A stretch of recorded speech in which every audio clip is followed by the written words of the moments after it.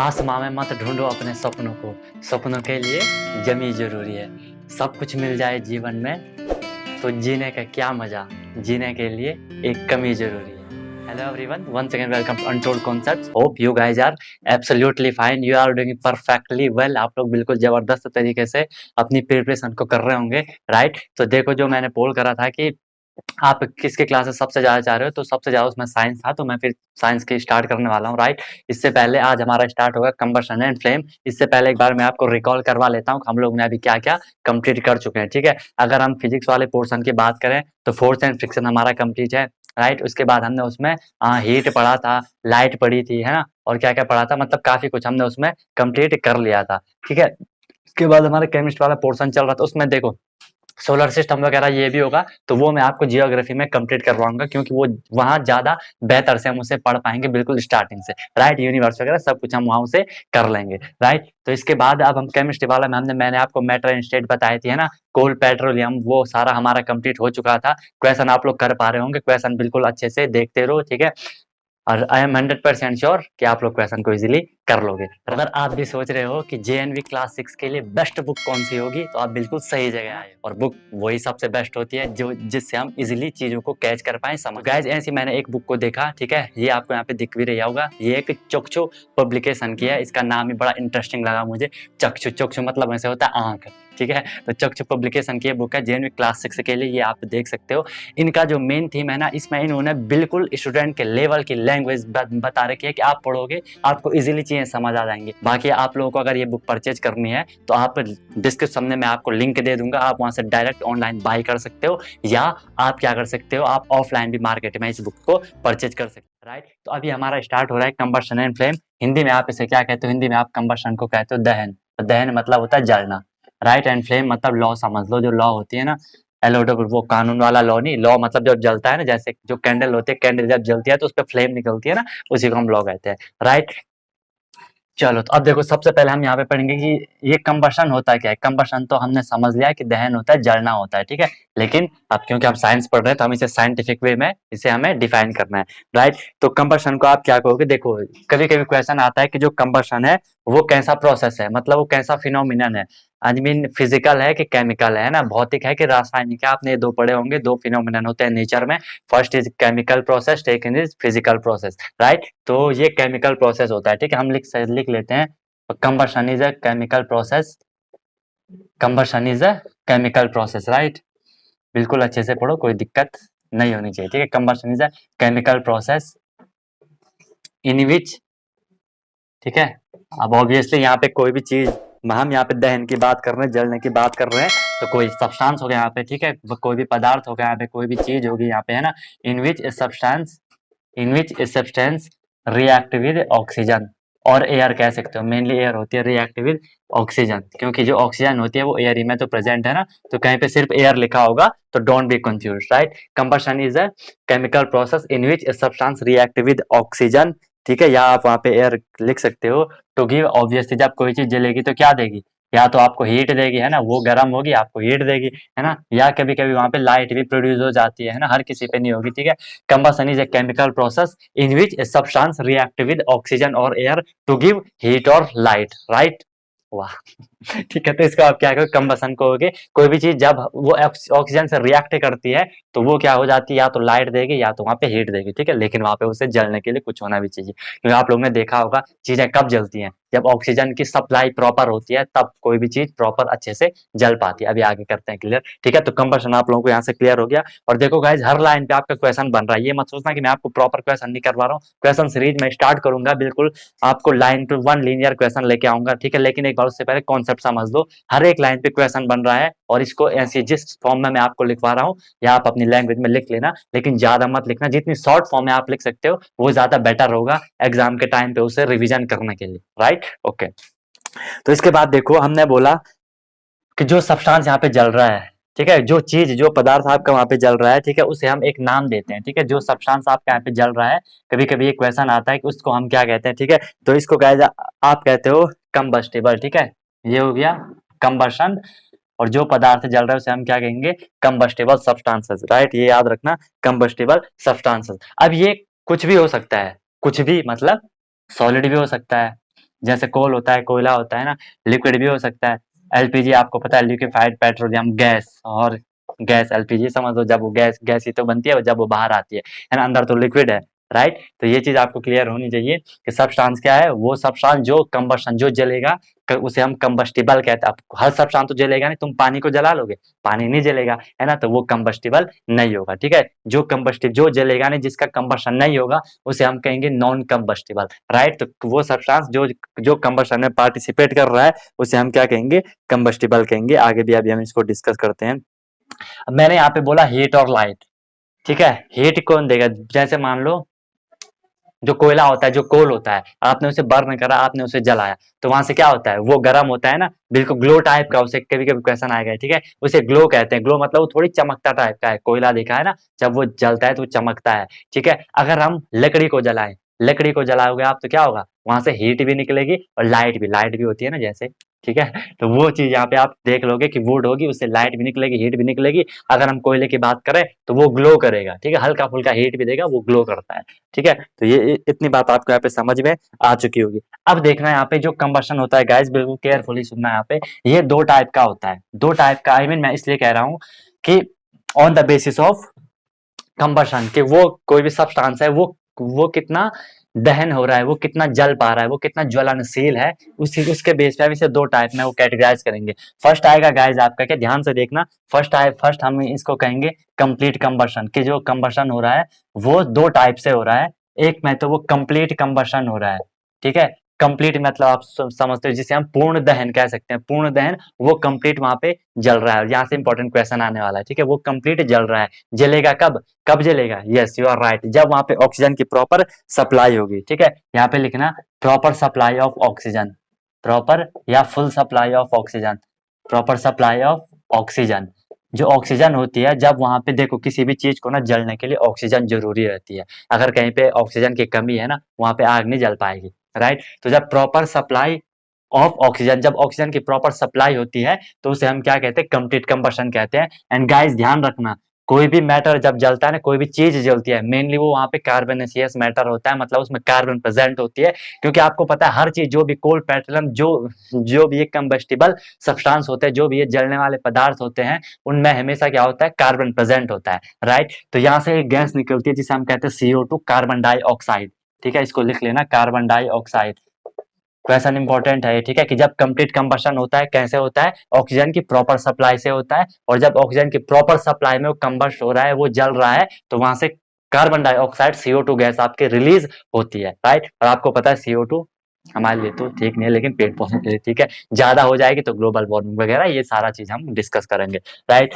जो सेकंड आएगा आपका, सेकंड आता है आपका यहाँ पे क्या, इनकम्प्लीट कंबशन, ठीक है। सेकंड आएगा आपका यहाँ पे क्या, इनकम्प्लीट कंबशन आएगा आपका यहाँ पे second, incomplete combustion, right. Incomplete आपको पता चल रहा होगा, कंप्लीट मतलब वो पूर्ण होगा, वो फुली हो जाएगा। एंड इनकम्प्लीट मतलब होता है गाइज आपका क्या, इनकम्प्लीट मतलब होगा आपका क्या, कि जो पूरा कंबस्ट नहीं हो रहा है, ठीक है, जो पूरा पूरा नहीं जल रहा है, उसे हम क्या कहेंगे, आपका इनकम्प्लीट कंबशन कहेंगे, ठीक है। अब ध्यान रखना, इनकम्प्लीट कब होगा, इनकम्प्लीट गाइस तब होता है जब वहां पे ऑक्सीजन की प्रॉपर सप्लाई नहीं हो पाती है। अब इसका कुछ रीजन होगा, वहां पे ऑक्सीजन की प्रॉपर सप्लाई हम नहीं देना चाह रहे होंगे, नहीं दे रहे होंगे, ठीक है। तो यहाँ पे आप लिख सकते हो improper supply, improper supply of oxygen, improper, PR होगा ना, इम्प्रॉपर सप्लाई ऑफ ऑक्सीजन। या ये तो से याद भी होगा, इसे O2 लिखना, कट कर देना कि ऑक्सीजन की वहां पे प्रॉपर सप्लाई नहीं हो पा रही है, ठीक है। नहीं होगी तो वो कंप्लीट कंबशन नहीं होगा, पूरी तरह से नहीं जल पाएगा। और गाइस जब पूरी कोई भी चीज अब पूरी तरह से अच्छे से नहीं जल पाती है ना, तो वहां से एक बहुत इंपॉर्टेंट गैस रिलीज होती है, जिसे हम कहते हैं CO, जिसे आप कहते हो कार्बन मोनोऑक्साइड, राइट। इसे याद रखना, कार्बन मोनोऑक्साइड एक गैस होती है, जो कि जब इनकम्प्लीट कंबशन होता है तो वहां से रिलीज होती है, कौन सी गैस, कार्बन मोनोऑक्साइड गैस। और ये बहुत ही हार्मफुल होती है, बहुत ही टॉक्सिक होती है, बहुत ही पॉइजनस होती है, और ये एनवायरनमेंट को बहुत ज्यादा हार्म करती है। ये पोल्यूटेंट गैस भी हम इसे कहते हैं, किसे, कार्बन मोनोऑक्साइड को। मोनो मतलब एक ऑक्सीजन, यहाँ पे CO, एंड CO2 कब, जब कंप्लीट कंबशन होगा CO2 रिलीज होगी, जब इनकम्प्लीट कंबशन होगा CO रिलीज होगी, जो कि आपके लिए हार्मफुल होती है, एयर पोल्यूटेंट ये होती है, राइट। चलो ये दो चीजें हमने यहाँ से देख ली, राइट। अब थोड़ी सी मैं आपको यहाँ पे कुछ वो दिखा देता हूँ, ठीक है, एक दो एग्जांपल हम कंबस्टिबल सब्सटेंस के ले लेते हैं, ठीक है, क्योंकि हमने बोला जो सब्सटेंस जिसका कंबशन होना है, ठीक है, वो उसे हम क्या कहते हैं, कंबस्टिबल कहते हैं, कंबस्टिबल सब्सटेंस कहते हैं, राइट, कंबस्टिबल सब्सटेंसेस, ठीक है, मतलब वो पदार्थ, वो चीज, वो सब्सटेंस जो जल पा रहा है, जो कंप्लीट जल पा रहा है, उसे हम क्या कहेंगे, कंबस्टिबल सब्सटेंस कहेंगे, ठीक है। सीधे सीधा आप यहाँ पे लिख सकते हो, जो जो क्या हो जाएगा, विच बर्न इन एयर या ऑक्सीजन, ठीक है, जो ऑक्सीजन या एयर में जल जाते हैं उसे हम क्या कहते हैं, कंबस्टिबल सब्सटेंस कहते हैं। अब इसके एग्जांपल आप कुछ भी लिख सकते हो, ठीक है, अभी आपको पता है पेट्रोल होता है ना, पेट्रोल जलता है, एलपीजी हो गई, अरे ये सारी क्या है, कंबस्टिबल है, ठीक है, मतलब जो चीज जल पाती है, जो चीज, यहाँ पे हम प्रॉपर जलने की बात कर रहे हैं, यहाँ पे क्या होता है आपका, कैरोसिन होता है, मिट्टी का तेल जिसे आप कहते हो, तो ये सारे आपके किसके एग्जाम्पल हो जाएंगे, कंबस्टिबल सब्सटेंस के एग्जाम्पल हो जाएंगे। अब इसका जस्ट अपोजिट अगर कहीं पे लिखा होगा कि नॉन कंबस्टिबल, ठीक है, देखो हर एक लाइन पे क्वेश्चन है guys, non combustible substances, non combustible क्या होंगे, जिनका कंबशन नहीं होगा, जिनका दहन नहीं होगा, जो जलेंगे नहीं, ठीक है, do not burn in air, do not, देखो शॉर्ट में लिखना है, do not burn in air, clear हो जाते हैं। अब यहाँ पे आप पूरा लिखोगे, those substances which do not burn in air are called incombustible substances, आपने सही लिखा, लेकिन मैंने गलत नहीं लिखा ठीक है, मैंने सिर्फ वो लाइन लिखी जो जरूरी है, ऐसे बनाओ नोट्स, बाकी एग्जाम में तो आप लिख ही लोगे, अगर लिखने वाला भी आएगा कहीं ना, इतना तो आप लिख ही लोगे, those substance which do not burn in air are called non combustible substances, बस, और आपने इतना याद रखा, आपका काम बन गया, राइट। तो जो अब जलेगा को कौन नहीं जलेगा, स्टोन मान लो, जो पत्थर होता है, पत्थर जलता है, नहीं जलता है ना, अगर आप सैंड मानो, सैंड जलती है, नहीं जलती है, पानी जलता है, नहीं जलता है, तो ये सारे आपके क्या हो जाएंगे, नॉन कंबस्टिबल सब्सटेंसेस हो जाएंगे, राइट। यहाँ से आपको क्लियर हो चुका होगा। अब देखो गाइस, कोई भी चीज है, अगर उसे कंबस्ट होना, अगर उसे जलना है, उसके लिए क्या चाहिए, सबसे पहले ऑक्सीजन की सप्लाई होनी चाहिए, होनी चाहिए, बिल्कुल होनी चाहिए। ऑक्सीजन की सप्लाई के बाद और क्या क्या चाहिए उसके लिए, थोड़ी हीट वीट तो, आग वाग तो लगाओगे ना, एक चिंगारी तो चाहिए ठीक है, तो ये चीज होती है। अब एक टर्म आता है गाइस यहाँ पे आपका, वो मैं आपको बता देता हूँ, एक टर्म यहाँ पे आपका आता है इग्निशन टेम्परेचर, एक टर्म आएगा आपका यहाँ पे इग्निशन टेम्परेचर। अब बोलोगे सर इग्निशन टेम्परेचर क्या है, टेम्परेचर आपको पता है जिसे आप तापमान कहते हो, है ना, देखो इग्निशन टेम्परेचर का मतलब वो होता है, जैसे ना आपने बॉइलिंग पॉइंट, मेल्टिंग पॉइंट ये पढ़ते थे आप ना, पढ़ते थे, वहां पे भी हम टेम्परेचर की बात करते थे कि वो टेम्परेचर, ठीक है, वो पॉइंट, वो टेम्परेचर, द टेम्परेचर, या सीधे मैं लिख सकता हूँ the minimum temperature, minimum temperature, ठीक है। इग्निशन टेम्परेचर वो कम से कम टेम्परेचर होता है, ठीक है, वो कम से कम टेम्परेचर होता है जिस टेम्परेचर पे द मिनिमम टेम्परेचर या the lowest temperature at which substance, जो पदार्थ होगा, कोई भी पदार्थ होगा जो कंबस्टिबल होगा, the minimum temperature at which substance start burn is called ignition temperature. Ignition मतलब वो उसे स्टार्ट कर रहा है, जलना, जल आना, वो उसे स्टार्ट कर रहा है। अब सिंपल सी बात है गाइज, मेरे पे एक पेपर है, पेपर को अभी मैंने हाथ पे रखा है, तो क्या वो जलेगा, नहीं जलेगा, क्यों, क्योंकि उसका जो टेम्परेचर है, जो उसका इग्निशन टेम्परेचर है, और जो अभी मेरे आसपास का टेम्परेचर है, ठीक है, जो मेरे आसपास का टेम्परेचर है वो कम है, और जो उस पेपर का इग्निशन टेम्परेचर है वो ज्यादा है, ठीक है। जिसका इग्निशन टेम्परेचर ज्यादा होगा, जिसका इग्निशन टेम्परेचर ज्यादा होगा, उसे हमें ज्यादा हीट देनी पड़ेगी ना। मान लो मैं एग्जांपल बता रहा हूँ सिर्फ समझाने के लिए, इसका जो इग्निशन टेम्परेचर है वो मान लो 30 डिग्री सेल्सियस है, राइट, 30 डिग्री सेल्सियस है, और जो मैं इसे हीट दे रहा हूँ वो मान लो 25 डिग्री सेल्सियस है, तो मुझे इसे बर्न करने के लिए, मुझे इसे जल आने के लिए और इसको 30 तक ले जाना होगा, जैसे ये 30 तक पहुंचेगा ये जलना स्टार्ट हो जाएगा, ठीक है। आपने देखा होगा कोई भी चीज एकदम से जलती नहीं है, कोई भी चीज एकदम से नहीं जलती है, वो उस टाइम जलेगी जैसी जो टेम्परेचर हम उसे दे रहे होंगे वो इग्निशन टेम्परेचर तक पहुंच जाएगा, क्योंकि ये वो सबसे कम टेम्परेचर है जिस टेम्परेचर पे वो सब्सटेंस जलना स्टार्ट करता है। समझ आया नहीं आया बताओ, आया होगा, डेफिनेटली आया होगा ठीक है, वो सबसे कम टेम्परेचर जिस पे वो जलना स्टार्ट करता है, ठीक है। अब देखो आपको पता है, मैंने आपको हीट वाले में पढ़ाया था कि नॉर्मल रूम टेम्परेचर कितना होता है, 28 डिग्री सेल्सियस या 27 डिग्री सेल्सियस आपका होता है ना। अब मैंने बोला यहाँ पे जो पेपर होगा, मान लो कोई भी चीज है जिसे हम जलाना चाह रहे हैं, उसका टेम्परेचर 45 डिग्री सेल्सियस है, तो क्या वो जल पाएगा? नहीं जल पाएगा। अब हम क्या करते हैं, हम इसको यहाँ पे आग लगाते हैं, ठीक है, हम इसे यहाँ पे आग या हीट वीट जो दे रहे हो, माचिस पाचिस आपने लगाई, ठीक है। अब देखो जैसे आपने इसे हीट दी होगी ना, इसका टेम्परेचर बढ़ गया होगा। अभी रूम टेम्परेचर 28 था, अभी इसका भी यहाँ पे सिर्फ 28 ही तक ये पहुंचा था। जैसे हमने इसको हीट दी, टेम्परेचर बढ़ गया बढ़ गया बढ़ गया, और जैसे 45 पहुंचेगा ये जलना स्टार्ट हो जाएगा, राइट। तो इग्निशन टेम्परेचर, कभी कभी एक क्वेश्चन आएगा कि वो टेम्परेचर जिस पे कोई भी चीज बर्न करना स्टार्ट करती है उसे हम क्या कहते हैं? इग्निशन टेम्परेचर कहते हैं। इग्निशन मतलब होता है जलना, यही समझ लो, ठीक है, वो टेम्परेचर जिस पे वो जलना स्टार्ट हो जाएगा, राइट। अब देखो गाइस, यहाँ पे अगर मैं आपसे बात करूं तो कि जो ध्यान से समझ इस चीज को, जो इग्निशन टेम्परेचर होता है, जो इग्निशन टेम्परेचर होता है किस चीज का, अगर मैं बात करूं पेट्रोल का, तो गाइस ये काफी कम होता है।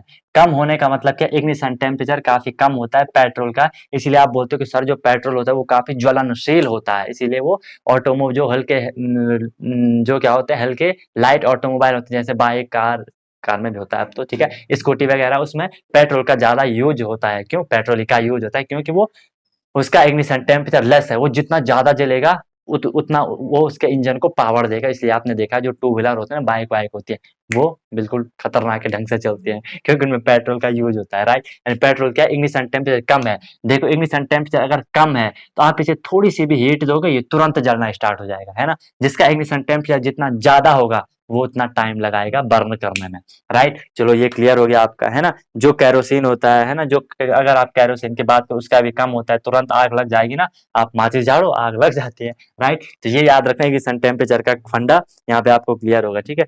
नेक्स्ट गाइस यहाँ पे एक टॉपिक आता है आपका, ठीक है, कि इनफ्लेमेबल सब्सटेंसेस, ठीक है। देखो फ्लेमेबल इनफ्लेमेबल दोनों एक ही बात है। फ्लेमेबल मतलब जो जलता है, इनफ्लेमेबल मतलब भी क्या होता है, जो आपका जलता है, ठीक है। तो इनफ्लेमेबल क्या हो जाता है, इसका इग्निशन टेम्परेचर बहुत कम होता है, ठीक है। इनफ्लेमेबल मतलब जो जलते हैं, कहीं पे लिखा होगा इनफ्लेमेबल सब्सटेंसेस क्या होते हैं, कुछ भी नहीं होते हैं, मतलब जो जलते हैं उनको हम इनफ्लेमेबल सब्सटेंसेस ही कहते हैं, ठीक है।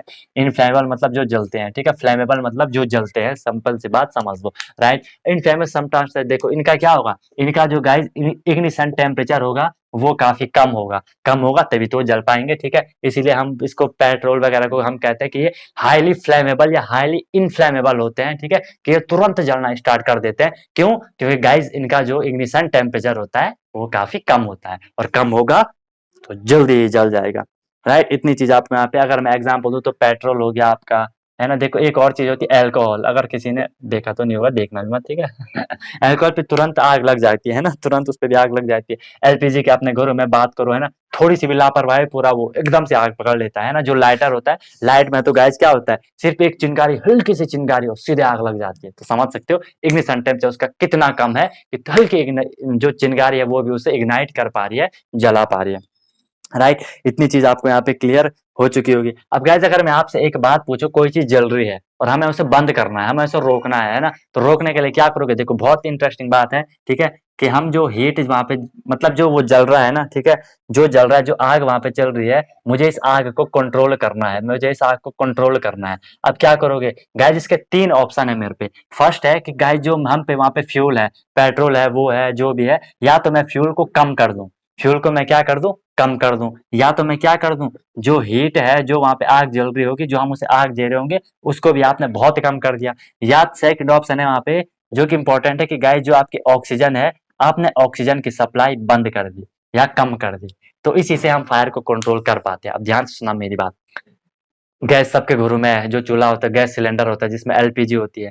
जब आप क्या करते हो, आप उसे जैसे ही बंद करते हो रेगुलेटर को, जो रेगुलेटर होता है वहां पे कंट्रोल जो करता है वो बंद हो जाता है। हमने बोला फायर को कैसे कंट्रोल करेंगे, फ्यूल को कम करके, फ्यूल को बंद करके। आपने फ्यूल बंद कर दिया, आग लगनी बंद हो गई। तीसरा, हीट को आप कैसे करोगे? मान लो आप किसी चीज को जला रहे हो, आपने वहां पे हल्की हीट, देखो एक कोई भी पेपर है, आप एक काम करना, पेपर है, पेपर पे माचिस झाड़ना, उसके पूरा नजदीक उस पर टच मत करना, उससे थोड़ी दूर रखना। आपको दिखेगा वो हल्का हल्का ब्लैक टाइप का होगा, क्योंकि वो जल नहीं वाला होगा। आप फिर उसे पीछे ले लोगे, वो रुक जाएगा। ऐसे भी आप हीट देकर उसे कंट्रोल कर पा रहे हो। और नेक्स्ट आता है हमारा ऑक्सीजन। ऑक्सीजन तो आपको पता है किसी भी चीज को प्रॉपर जलने के लिए ऑक्सीजन की बढ़िया वाली रिक्वायरमेंट होनी चाहिए, बहुत अच्छी वहां पे ऑक्सीजन की सप्लाई होनी चाहिए, तब जाके वो जलेगा। अब ऑक्सीजन नहीं मिलेगी तो वो जल नहीं पाएगा अच्छे से। इसीलिए आपने देखा है ना, जब मतलब किसी पे मतलब आग वाग लगती है ना, तो उसे क्या करते हैं कि उससे मतलब कोई चीज लपेट लेते हैं ना, ताकि ऑक्सीजन ना जा पाए। ऑक्सीजन की सप्लाई नहीं होगी तो वो कहीं ना कहीं रुक जाएगा। आई बात समझ में? इसलिए देखो साइंस का यूज बिल्कुल हर जगह होता है, हम बस चीजों को फील करना होता है। साइंस तो फील करने वाली बात है गाइस, ठीक है। तो ये क्लियर हो गया यहाँ पे आपका कि हम कैसे उसे कंट्रोल करेंगे और कैसे ये फ्लेमेबल वगैरह कंबसन है। फ्लेम हमने कुछ यहाँ पे डिस्कस करा, कंबसन आपको आई होप क्लियर हो चुका होगा। नेक्स्ट क्लास में इसमें हम कुछ आगे प्रोसीड करेंगे, है ना। ये प्रॉपर चल रहा है, ठीक है, प्रॉपर चल रहा है। नेक्स्ट क्लास इसमें प्रोसीड करेंगे, ठीक है।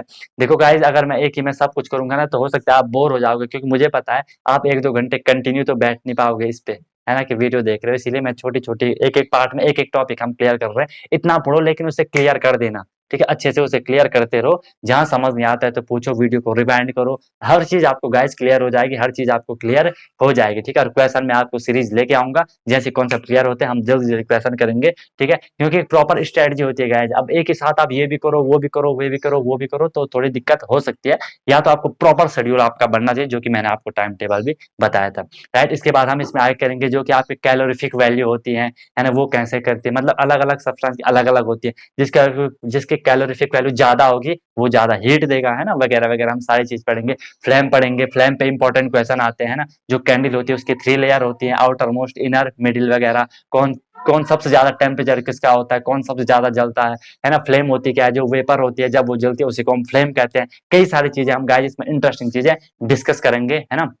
कोई भी डाउट, कोई भी सेशन होगा तो गाइस जरूर बताना, और वीडियो को लाइक शेयर कर देना, कमेंट तो किया करो, ठीक है। मुझे मोटिवेट किया करो, तुम मुझे मोटिवेट कर रहे हो, मैं तुम्हें मोटिवेट कर रहा हूँ, तुम मुझे मोटिवेट करो, है ना। तुम मुझे खून दो, मैं तुम्हें आजादी दूंगा। सुभाष चंद्र बोस जी का तो सुना होगा आपने ना, राइट। तो बिल्कुल अच्छे से करेंगे गाइस, ठीक है। कोई भी दिक्कत नहीं होनी चाहिए, डिमोटिवेट मत होने। हम बार बार कुछ बच्चे ना डिमोटिवेट हो रहे हैं यार। अरे यार डिमोटिवेट मत हो, जितने टाइम आप सोचने पे लगा रहे हो ना कि आगे क्या होगा, कैसे होगा, उतना टाइम उस चीज को इम्प्लीमेंट करने पे लगाओ। डेफिनेटली आपको वहां पे कुछ ना कुछ बेनिफिट मिल जाएगा। एंड आपके पीछे मैं हूँ, आपके आगे मैं हूँ, आपके आसपास मैं हूँ, कभी भी आपको छोड़ूंगा नहीं, चाहे आप कितने भी कहीं भी किसी भी कंडीशन में हो, राइट। तो कोई भी दिक्कत हो गाइस बता देना। मिलते हैं नेक्स्ट वीडियो में नए कॉन्सेप्ट के साथ।